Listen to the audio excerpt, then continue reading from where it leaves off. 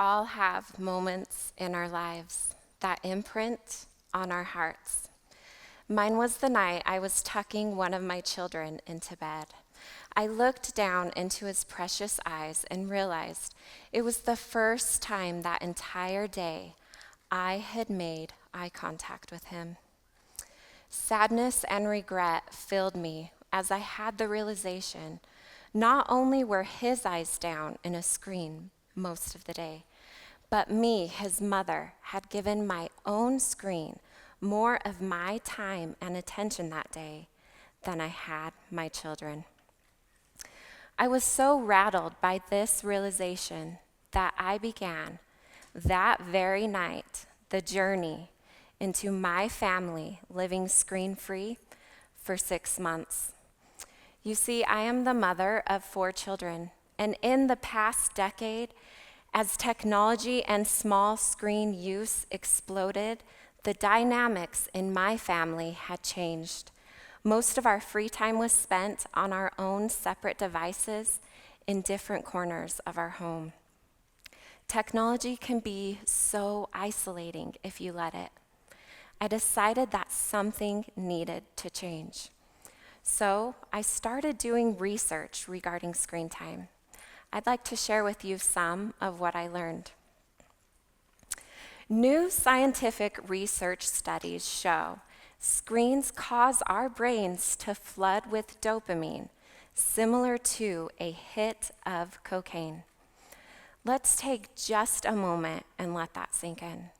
Giving your child a small screen like an iPad or a smartphone isn't unlike what would happen if your child snorted cocaine. Toddlers who spend more than 1 hour per day on a screen show lower levels of development in the brain's white matter, an area key to the development of language, literacy, and cognitive skills. Psychologists are learning that the dopamine release that comes from exposure to these screens challenges our children's impulse control by increasing the demand for instant gratification. So what does that mean? It means our kids are having a hard time finding joy in the little things in life, the things that we enjoyed, what all kids enjoyed before the days of the ever-present screens. Our kids are living in a chronic state of hyperarousal, leaving them agitated and exhausted. And then there's this staggering statistic. Suicide rates for children ages 10 to 14 nearly tripled in the past decade, according to the CDC. After a stable period from 2000 to 2007, in 2007, rates surged 76%. What else happened in the year 2007? The first smartphone hit the market. Now, is that the only reason for this staggering statistic? No, absolutely not. But is there a correlation here? It's food for thought, isn't it? So now that I was armed with this information that confirmed what my gut instincts were telling me, it was time to apply it. I decided if these screens were causing my children's brains to act like they were on hard street drugs, I was going to detox them like they were in rehab.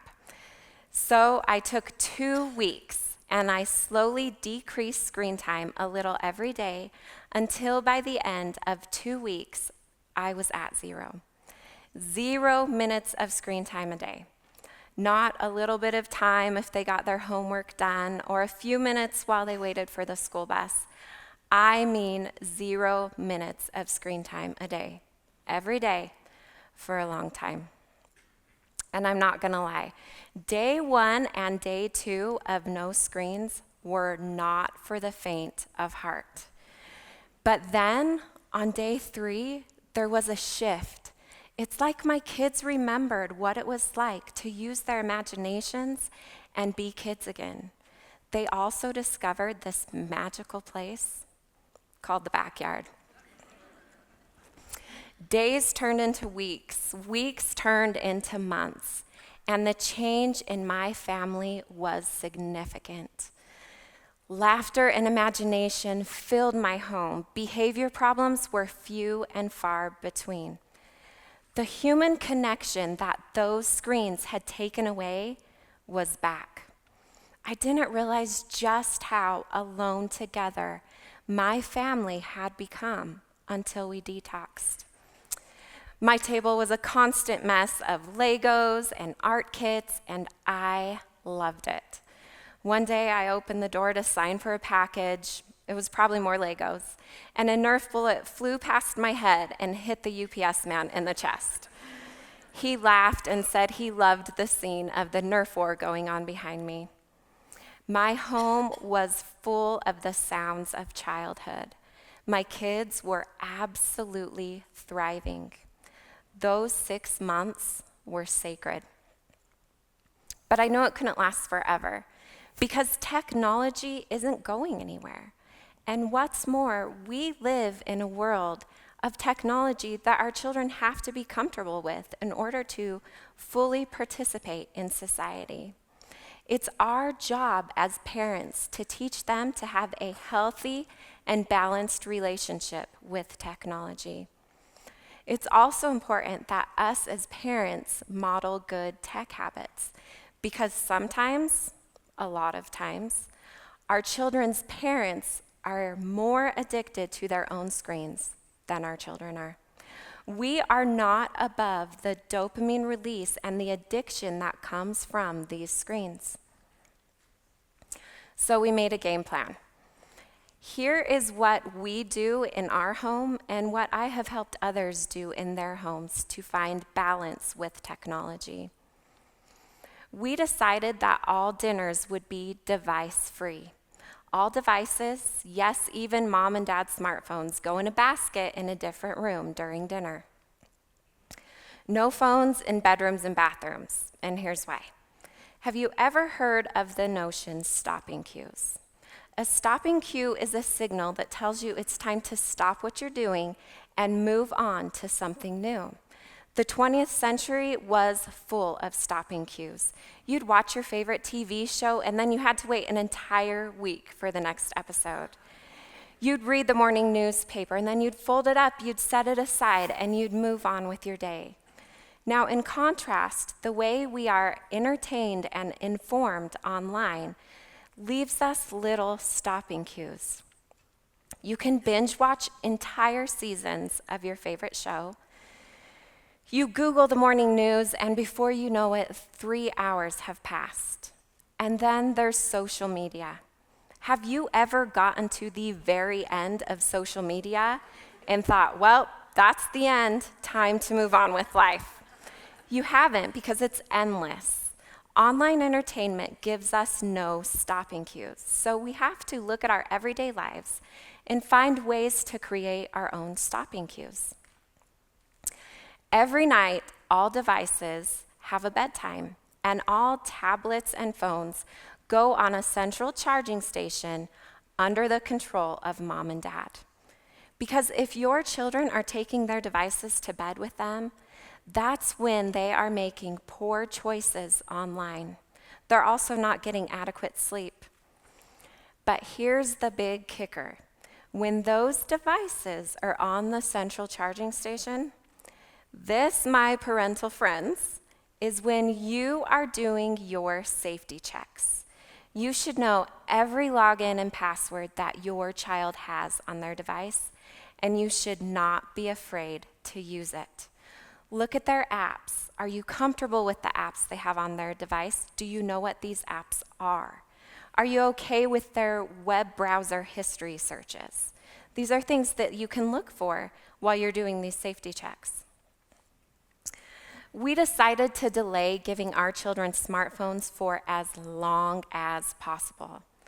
Giving your child a smartphone is like handing over the keys to a sports car with a brain that behaves like it's on cocaine. My 10-year-old does not need a smartphone, and neither does yours. Have incremental trust with your children. There are other options out there to start your kids out with. You don't just have to hand over a smartphone. There's watch phones that they can wear on their wrist. There's phones that look like smartphones, but they only call and text. These are great ways to start your kids out.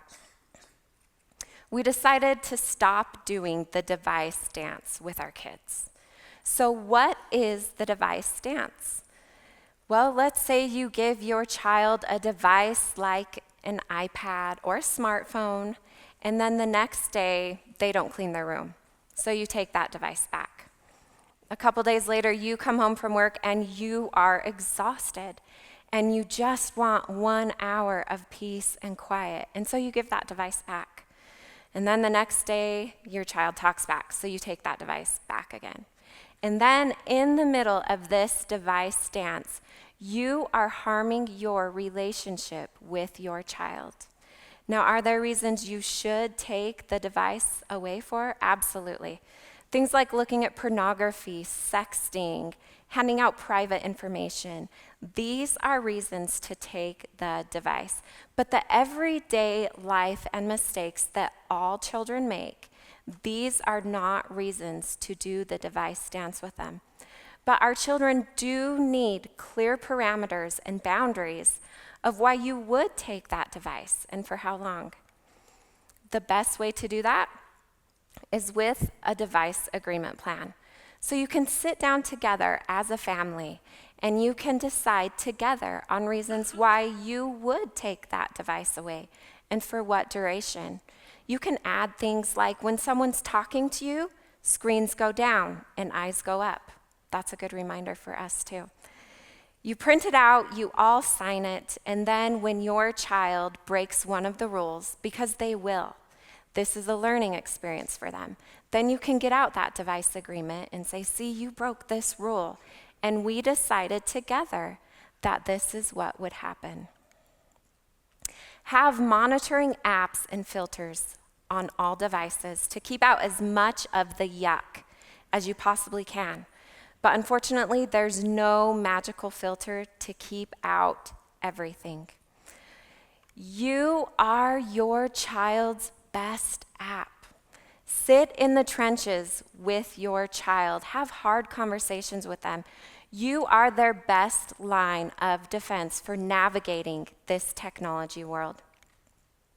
These days, I spend a lot of time in schools talking to students and a lot of time in communities talking to parents.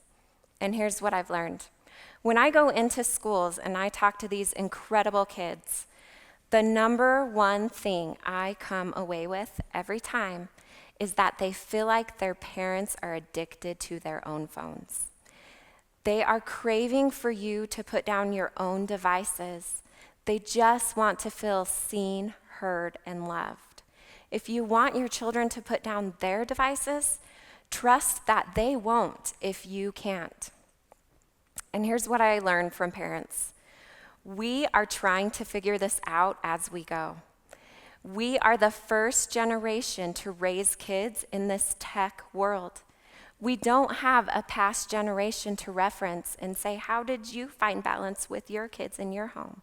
It can feel absolutely overwhelming. But it is possible to enjoy all the wonderful benefits that technology has to offer us without letting it harm our relationships and our family dynamics. And so today, remember this. You get to choose what you want your relationship with technology to look like. Start today. Start right now.